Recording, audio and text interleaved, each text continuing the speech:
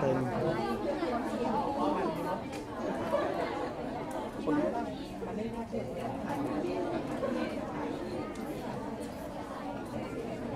นั่งบันไดได้ครับบันไดอย่างว่างโยป๊อปหน้าวิทยาป๊อป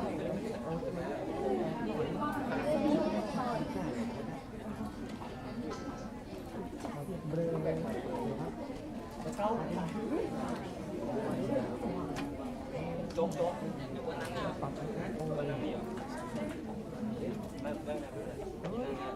อ๋อนี่จ้ะ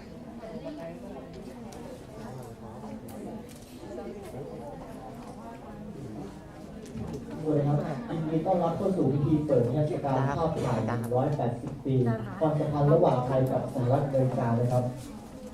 Good morning, ladies and gentlemen. We are about to begin the celebration of 180 years of Thai-U.S. friendship. So please find a seat and make yourself comfortable. Thank you. สวัสดีครับผมนายทุนันท์ดำรงศิษย์นักศึกษาชั้นปีที่ 1 คณะบริหารธุรกิจสาขาการตลาด Hello everybody. Welcome to Nation University. My name is Nan Damrongsit. I'm graduate first year student from Business Economy. And beside me is my senior, Jeremiah Abdullah, of fun years of business major. Sorry, crap. I would like to thank all of you for gracing this occasion. It's indeed a pleasure to have everyone here. Now we begin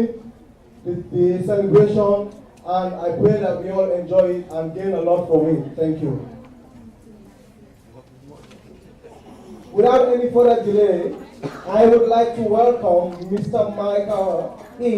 the Consular of the United States Embassy, Chiang Mai, to open this ceremony. Please come to the stage, sir.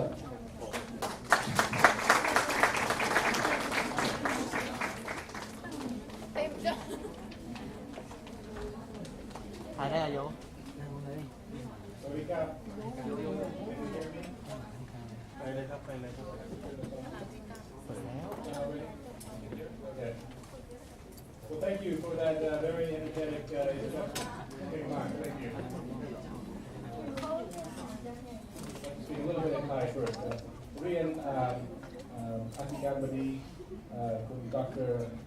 Ong Min Rak Aryatam, และอาจารย์และนักศึกษาทุกท่านครับ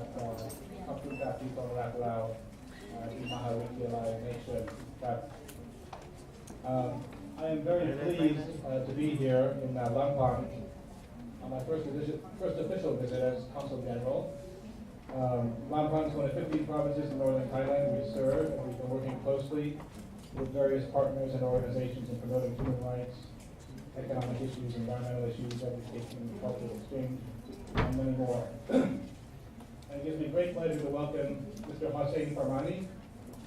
who is one of the world's leading experts in photography. And I think that you'll find through his presentation that he has a very personal connection with photography, a very strong experience in developing what's called the Lucy Award, which is the sort of the photographic equivalent of the Academy Awards for the film industry. So without further ado, I'd like to welcome Mr. Hossein Farmani. ผมจะเรียนซูมอ่ะ And look forward to seeing you. จะซูมเป็น85เนี่ย85ถ่ายทอดทีละหน้าชัดหลังมือละสวยอ่ะเดี๋ยวไปถ่ายคนเดียว ขอบคุณในการกล่าวเปิดการบรรยายคน ถ่าย สูง ไป นะครับ กล้องประเทศด้วย Thank you for that inspiring message. And now, I would like to invite the President, Dr. Pang Min, to give a token of appreciation to the consular and guest speaker. พอที่เขาจะครบไปนี่เลย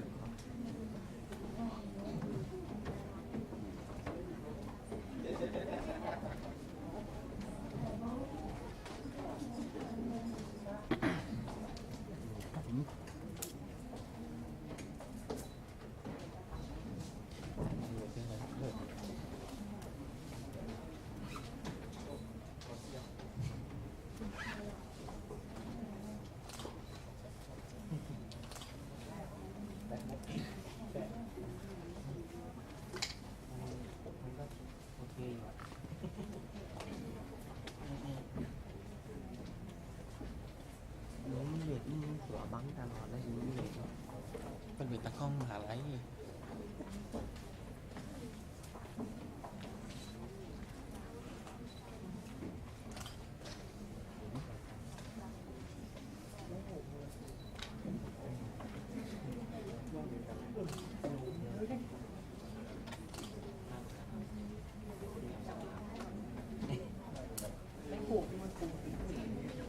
Thank you President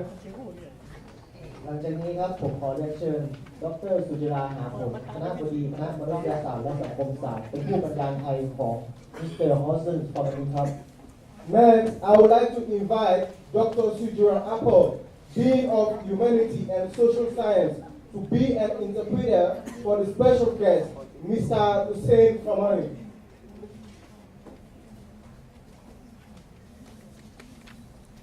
ไปไหน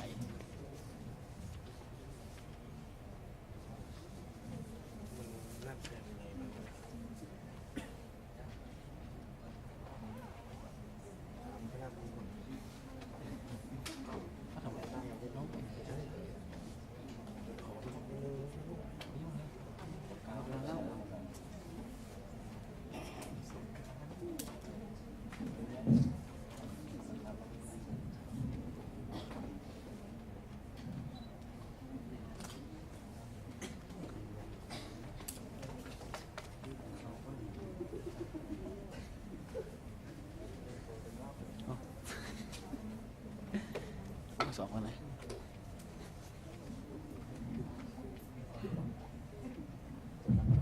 ค่ะสวัสดีค่ะท่านผู้มีเกียรติทุกท่านนะคะโดยเฉพาะท่านผู้บริหารและก็นักศึกษาทุกท่านก่อนอื่นอาจารย์จะขอแนะนำวิทยากรนะคะว่าท่านเนี่ยมาจากที่ใดเป็นภาษาไทยก่อนนะคะเดี๋ยวภาษาอังกฤษคุณโฮเซน ฟามานีนะคะท่านเกิดที่กรุงเตหะรานนะคะประเทศอิหร่านหลังจบการศึกษาระดับมัธยมปลายก็ได้จากบ้านเกิดเมืองนอนนะคะเดินทางไปสหรัฐอเมริกาแล้วก็ศึกษาจนจบทางด้านการถ่ายภาพนะคะจาก Orange Coast College ก่อนที่จะเข้าสอนที่ Golden West College นะคะที่เมือง Huntington Beach รัฐแคลิฟอร์เนียนะคะประสบการณ์ในด้านอาชีพเกี่ยวกับการถ่ายภาพของท่านโฮเซนนะคะเข้าสู่วงการสิ่งพิมพ์อันเป็นช่องทางใหม่สำหรับการแสดงออกความสนใจในศิลปะโดยได้ก่อตั้งนิตยสาร International View นะคะซึ่งเป็นนิตยสารแฟชั่นระดับรางวัลแรกๆของลอสแอนเจลิสนะคะหลังจากประสบความสำเร็จกับวูนะคะคุณโฮเซนก็เริ่มที่จะมีการท้าทายใหม่ตอนนี้ก็เลือกผสมผสานระหว่างความหลงใหลในศิลปะภาพถ่ายเข้ากับประสบการณ์ด้านสื่อสิ่งพิมพ์แล้วก็จนตั้งเป็นโฟโต้โฟลิโอนะคะที่มุ่งหมายประชาสัมพันธ์ผลงานของช่างภาพร่วมสมัยทั่วประเทศนะคะจนได้รับรางวัลมากมายนะคะนอกจากนี้แล้วก็ยังมีกิจกรรมทางการกุศลนะคะที่คุณโฮเซนได้มีการมอบรางวัลก็มีรางวัลที่เป็นแนวเดียวกับรางวัลออสการ์ที่เรียกว่า Academy นะคะ Award ก็คือเป็นรางวัลเชิดชูช่างภาพฝีมือนะคะที่สร้างผลงานและก็ส่งอิทธิพลทั้งต่อศิลปะในการถ่ายภาพและชีวิตผู้คนซึ่งตรงนี้เป็นความปรารถนาที่กลายเป็นจริงขึ้นมาอย่างไม่น่าเชื่อก็คือท่านได้ก่อตั้งรางวัล Lucy Award นะคะเป็นรางวัลที่สำหรับคนที่ได้รับความสำเร็จสูงสุดในวงการการถ่ายภาพในปัจจุบันนะคะทางมูลนิธิก็ได้เปิดโครงการให้คำปรึกษาต่างๆมากมายนะคะส่วนคุณโฮเซนเนี่ยก็ถือว่าเป็นผู้ที่ครอบครองคอลเลกชันภาพถ่ายที่ใหญ่ที่สุดในสหรัฐอเมริกานะคะแล้วก็สนับสนุนช่างภาพที่เขาเชื่อฝีมือและก็สะสมผลงานของช่างภาพเหล่านั้นนะคะตั้งแต่ก่อนจะมีชื่อเสียงนะคะด้วยสายตาแหลมคมนะคะนับว่าเป็นพรสวรรค์อย่างหนึ่งของท่านนะคะซึ่งตรงนี้เนี่ยท่านได้ทุ่มเทกับสิ่งที่ได้รักที่สุดก็คือศิลปะแห่งการถ่ายภาพนั่นเองนะคะผ่านการสร้างสรรค์ทนุบำรุงและการมีส่วนร่วมในทุกวิถีทางเพื่อส่งเสริมศิลปะแขนงนี้สู่สังคมโลกนะคะปัจจุบันท่านโฮเซนนะคะได้ถือว่าเรียกว่ากรุงเทพมหานครเป็นบ้านที่2ของท่านนะและท่านก็มีห้องแสดงภาพ เป็นของตัวเองและมีบทบาทในแวดวงศิลปะของภูมิภาคนี้ด้วยนะคะส่วนประวัติท่านเป็นภาษาอังกฤษเนี่ยนะคะเดี๋ยวต้องขออนุญาตนิดนึงนะคะซึ่ง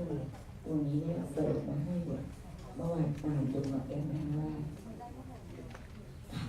ท่านจะพูดIf you want to tell your story, that's it. Image.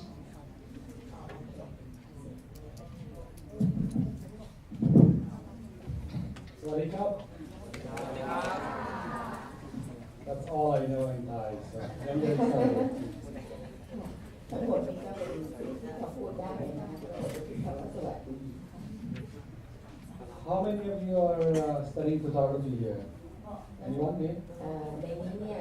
มีใครที่เรียนบ้างนะยกมือขึ้นเลยค่ะโอ้ We have a great student of photography here too. เรียนการถ่ายภาพคนเดียว one two three 1 2 3 4 Very good. How many are interested in photography? มีใครบ้างนะที่สนใจในการถ่ายภาพดีคือ Good, good, good. That's better than most universities. ทั้งหมดเลย My goal is, by the end of this session, that all of your hand will be raised and you will all be interested in photography. ทั้งหมดนี้ถ้ายกมือเลยนะคะถ้าฟังจบแล้วเนี่ยทั้งหมดจะยิ่งสนใจในการถ่ายภาพเลยค่ะ I want to tell you a little bit about my life and why I'm here, why am I teaching photography, but also tell you a little bit about the industry of photography. ค่ะก็จะบอกว่าเดี๋ยวจะพูดถึงประวัติชีวิตนะคะแล้วทำไมถึงมาสนใจภาพถ่ายนะคะและในที่สุดก็มาสนใจตรงนี้ด้วยนะโดยเฉพาะการถ่ายภาพเนี่ย By the end of this session, the president of the university will have a big photography department because all of you would want to study photography. แล้วบอกว่าเนี่ยถ้าเกิดจบการบรรยายนี้แล้วนะคะแน่นอนเลยว่าท่านอธิการจะต้องเปิดสาขาตรงนี้เลยนะคะสาขาการถ่ายภาพ Anyone here, anyone in the audience that does not have a cell phone with a camera in it? เขาถามว่าคนไหนนะที่มีแคมรามีกล้อง That does not have. ที่ไม่มี I'll buy you one. Photography is the most important communication tool of our time. ค่ะเขาบอกว่าจริงๆแล้วเนี่ยการถ่ายภาพเนี่ยเป็นการสื่อนะคะสื่อให้เห็นตลอดยุคสมัยเลยนะไม่ว่าตั้งแต่เมื่อไหร่ก็ตามนะ I'm sure many of you have Facebook and many of you post your food pictures online all the time. ค่ะเขาบอกว่าคนทุกคนเนี่ยแน่นอนเลยต้องมี Facebook แล้วก็ถ่ายภาพอาหารเนี่ยบน Facebook นี่คือ So all of you are in one way or another a photographer. แน่นอนเลยว่าทุกคนก็ต้องเป็น มันก็มีก็มันก็อยู่ Now we have to figure out how all of you can make millions taking pictures. ค่ะก็บอกว่าแน่นอนเลยค่ะว่าทุกคนเนี่ยต้องชอบในการที่จะถ่ายภาพ Before I tell you the secret, I'm going to tell you a little about myself. ทำไม เขาก็ต้องการจะบอกถึงเคล็ดลับนะแล้วก็ต้องการจะบอกถึงที่มาของตัวเขาว่าเป็นอย่างไรที่ได้มาสนใจ ไม่ ใน หลงกล้อง I think most of you already know about me than I know about myself. เขาบอกแน่นอนทุกคนก็จะต้องรู้เกี่ยวกับตัวเขาแล้วก็ตัวเขาด้วย To the great introduction that you did. Thank ค่ะ you. ค่ะ yes I introduced you already to everyone Thank you. But I will tell you about how my passion for photography started. เขาบอกว่าทำไมเขาถึงมีความหลงใหลชอบในเรื่องการถ่ายภาพ When I was a young boy, I went to get my first portrait taken at a local portrait studio. ค่ะเขาบอกว่าตอนที่เขายังเล็กๆอยู่เนี่ยเขาก็ถ่ายภาพเนี่ยเขาชอบเรื่องนี้ค่ะภาพตัวเลยนะเขาเคยดูภาพตัวในสตูดิโอที่บ้านเขาค่ะ Because I was a really cute kid, as you can tell, ค่ะรูปนี้น่ารักมากเลยน่าจะถ่ายได้นะคะว่ารูปใคร the photographer decided that he's going to show me the process of photography. ค่ะเขาก็จะพูดถึงวิธีการนะคะว่ากระบวนการในการถ่ายภาพมันคืออะไรบ้าง He showed me how you put a piece of film in the camera how you process it in the darkroom, and how you get the print. เขาบอกว่าเวลาที่เราใส่ฟิล์มลงไปในกล้องเนี่ยแล้วเราก็ต้องเข้าไปในคล้ายๆเหมือนห้องมืดแล้วจะเขาเรียกว่าอะไรนะเขาเรียกว่าจะต้องไปดีฟ้าหลอกกับเป็นฟิล์มก็คือจะต้องไปทำอะไรสักอย่างหนึ่งให้มันถ้าเราเรียกว่าเราต้องเอาไปที่ร้านถ่ายภาพเนี่ยเราจะต้องเอาฟิล์มไปอัดเนี้ยแบบเนี้ย When I saw the magic of a white piece of paper, it was loaded in some water and some chemical, and a photograph was developed, it was magic for me. ค่ะสำหรับเขาถือว่าโอ้โหเข้าไปในห้องมืดแล้วก็เอาฟิล์มเข้าไปล้างแล้วออกมาเป็นภาพที่มันเป็นแผ่นกระดาษออกมาก็ถือว่าเป็นเรื่องที่มหัศจรรย์มากสำหรับเขาตอนที่เขาเป็นเด็กอยู่นะ I think I knew I wanted to be a photographer. เขาก็เลยรู้เลยว่าอ๋อตัวเขาเนี่ยต้องเป็นช่างภาพแล้ว I borrowed my aunt's old camera, and I started taking photos of my family photographs. เขาก็บอกว่าเขาได้เอากล้องที่อันแรกเลยนะคะที่มีอยู่ก็มาถ่ายภาพครอบครัวเขานะคะ Soon, I became the official photographer of my own family. ในที่สุดเขาก็เลยได้ทำการแต่งตั้งว่าโอ้โหเป็นช่างภาพสำหรับครอบครัวไปเลย This is a big accomplishment because I came from a poor but very, very large family. เขาบอกว่าจริงๆแล้วเนี่ยเขามาจากครอบครัวที่ค่อนข้างใหญ่และเป็นครอบครัวที่ยากจนนะคะ There was 8 children in just my immediate family, plus cousins and much more relatives. ค่ะเขาก็จะมีคนที่เป็นครอบครัวเขาก็จะมีญาติพี่น้องมีใครต่อใครหลายคนทีเดียว So I set up a little studio and I started taking photographs of family and members of neighborhoods and everyone that was willing to sit for me and allow me to take their photographs. ค่ะเขาก็เลยตัดสินใจว่าตั้งเป็นสตูดิโอแล้วก็ถ่ายภาพครอบครัวแล้วก็เพื่อนบ้านด้วย I won a few awards from high schools, and by the age of 18, I decided it's time to move to a bigger city. อ๋อโอเคเขาก็เลยบอกว่าตอนที่เขาเรียนจบไฮสคูลอายุ18เขาก็เลยตัดสินใจที่จะจากบ้านเขานะคะเพื่อที่จะไปอยู่เมืองใหญ่ So my father gave me 3 months of his salary and bought me a ticket to Los Angeles. ค่ะแล้วในที่สุดคุณพ่อก็ตัดสินใจที่จะเอาเงิน3 เดือนนะเงินเดือนของท่านเนี่ยซื้อตั๋วเครื่องบินให้เขาไปลอสแองเจลิสค่ะ Coming from Iran, I'm sure most of you heard about Persian rugs. He also gave me a small Persian rug. He said, only sell it if you get in trouble. Again, so So my father gave me a Persian rug, Persian carpet to take with me to America in case I get in trouble so I can sell it and have some money. yeah because เขาก็พูดถึงว่าครอบครัวจุ่มเนี่ยมีเงินไม่มากนะแต่ในที่สุดคุณพ่อก็สามารถที่จะให้เขาเนี่ยไปอเมริกาได้นะคะเขาเปรียบเทียบนะ As you know, I studied, as you mentioned, I studied photography at Orange Coast College and studied advertising photography. เขาก็เลยตัดสินใจที่จะไปเรียนเกี่ยวกับเรื่องการโฆษณานะคะเกี่ยวกับถ่ายภาพเนี่ย I spend most of my days photographing products. I show the bag because I know most of the ladies here would love to see a fancy bag. ค่ะก็นี่ก็เป็นภาพที่เกี่ยวกับน่าจะเป็นกระเป๋าที่มีแบรนด์นี่นะคะอันนี้เป็นภาพที่จะถ่ายเพื่อโฆษณา But these were my best friends. That's all I saw all day long, photographing packages, photographing bottles and glasses and makeup. And this is what I was doing. ก็อันนี้ทั้งหมดที่เขาได้มาเนี่ยก็คือเป็นภาพถ่ายเพื่อทำโฆษณา I was a young 22, 23-year-old boy, and I wanted to do fashion photography. ค่ะตอนที่เขาอายุประมาณ23เขาก็ถ่ายภาพแฟชั่นนะคะ I want to meet beautiful models. ค่ะเขาก็พบกับคนที่เป็นแบบประเภทดังๆทั้งนั้นเลยนะนายแบบนางแบบอะไรประมาณนี้ Even though advertising photography is making a lot of money, but still it's boring photographing objects. เขาก็บอกว่าจริงๆแล้วเนี่ยทุกคนอาจจะคิดว่าการเป็นช่างภาพเนี่ยอาจจะทำเงินมากแต่จริงๆแล้วน่าอยู่ในการนะคะถ้าพูดไป So I had 2 choices. I would move to New York and assist a photographer, ค่ะเขาก็เลยตัดสินใจที่จะมุ่งไปที่นิวยอร์กเพื่อที่จะเป็น ช่างภาพประเภทช่วยนะคะเป็น assistant Or I could start my own fashion magazine, the first fashion magazine in Los Angeles. หรือไม่ก็อาจจะต้อง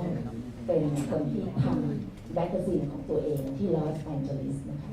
So I start talking to many photographers and other people in the industry saying that I want to start first fashion magazine in Los Angeles. ค่ะเขาก็เลยพยายามที่จะบอกทุกคนว่าเขาเนี่ยต้องการที่จะตั้งแมกกาซีนนะคะที่อยู่ในลอสแอนเจลิสเป็นแห่งแรกด้วย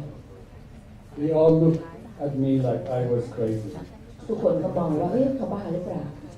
They said, "You're not a fashion photographer, you're not a writer, and you don't even speak English well.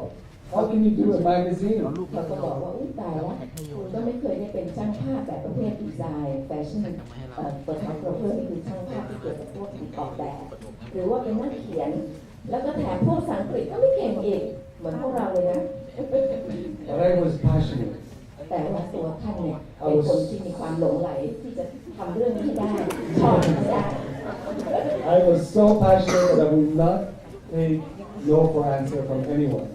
เขาก็เลยบอกว่าเขาไม่สนใจเขาก็ต้องการที่จะทำตามที่เขาชอบและหลงไหลอันนี้ So they thought maybe this is a rich Iranian guy coming to US with a lot of money and wants to do a magazine. Maybe we should actually listen to him. เพราะฉะนั้นทุกคนก็นั่งคิดว่าโอ้สงสัยเขาเป็นคนที่มาจากอิหร่านต้องรวยแน่เลยเพราะฉะนั้นทุกคนก็เลยว่าฟังเขาหน่อย I said I have zero money. ทุกคนฟังแล้วตกใจเขาบอกไม่มีเงินเลย I said, how are you going to do magazine? ทุกคนก็ถามว่าทำได้ไงอ่ะ I said, the photographer will pay to read the magazine, the writers will pay to write the magazine, and the printer will print it for free. เขาก็บอกว่าโอ้ไม่เห็นยากเลยก็คนที่เป็นช่างภาพก็เอามาลงในแมกกาซีนแล้วคนเขียนก็จ่ายเงินในการเขียนแล้วก็คนพิมพ์ก็พิมพ์อันนี้ออกมาก็ฟรีไม่มีอะไร They definitely thought I was crazy. ทุกคนก็บอกว่าบ้านะ I put the magazine together. I went to some of the top photographers in America and I asked them to join me. I asked them with so much passion. And most of the people didn't even understand what I said. But they said, you're so passionate. Okay, whatever. เขาก็สามารถที่จะรวบรวมช่างภาพที่มีความหลงใหลใฝ่ฝันมารวมกันได้ในที่สุดทุกคนก็บอกโอ้เขามีความใฝ่ฝันเหมือนกันเลยในที่สุดเขาก็ทำแมกกาซีนนี้ได้ The magazine was published. The first issue was a big success. ค่ะพอแมกกาซีนเล่มแรกออกมาโอ้โหประสบความสำเร็จมากเลย Zero money, we started International Beer Magazine that was distributed in Los Angeles, New York, London, Paris, Japan, and we won many awards. ค่ะพอประสบความสำเร็จก็กระจายไปนะคะลอนดอนปารีสทั่วโลกเลยจากลอสแอนเจลิสไป The difference between our magazines and many other magazines that were around was that photographers had full creative control. ค่ะปรากฏว่าการที่เรารวบรวมเหล่านี้ได้ในที่สุดช่างภาพเนี่ยก็มีการที่จะทำอย่างไรให้มันประสบความสำเร็จไปได้นะคะ They had to pay for their own expenses, but they would create anything that they would like. ค่ะ There was no limit to their creativity. ค่ะในเรื่องการที่จะเป็นเรื่องความคิดสร้างสรรค์เนี่ยทุกคนเนี่ยต้องจ่ายสตางค์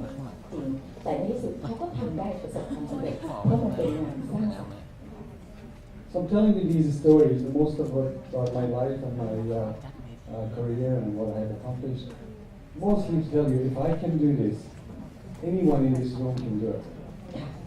ท่านก็บอกว่าท่านเนี่ยประสบความสำเร็จมาแล้วเพราะฉะนั้นตัวอย่างของท่านก็หวังว่าเราทุกคนก็จะประสบความสำเร็จเช่นเดียวกับท่านค่ะ The difference is the people that have the passion, the difference is between people that want something bad enough that they can't sleep at night, and people that want everything handed out to them. ทุกคนเนี่ยถ้ามีสิ่งที่ใฝ่ฝันแล้วท่านก็พูดเลยว่าต้องประสบความสำเร็จอย่างแน่นอน Years later, I started the Portfolio magazine. ค่ะต่อมาท่านก็เลยเริ่มแมกกาซีนชิ้นนี้นะคะที่ชื่อ Portfolio And Portfolio became the permanent collection of library of Congress. เป็น การสะสมนะคะถือว่าเป็นแมกกาซีนที่ได้สะสมรูป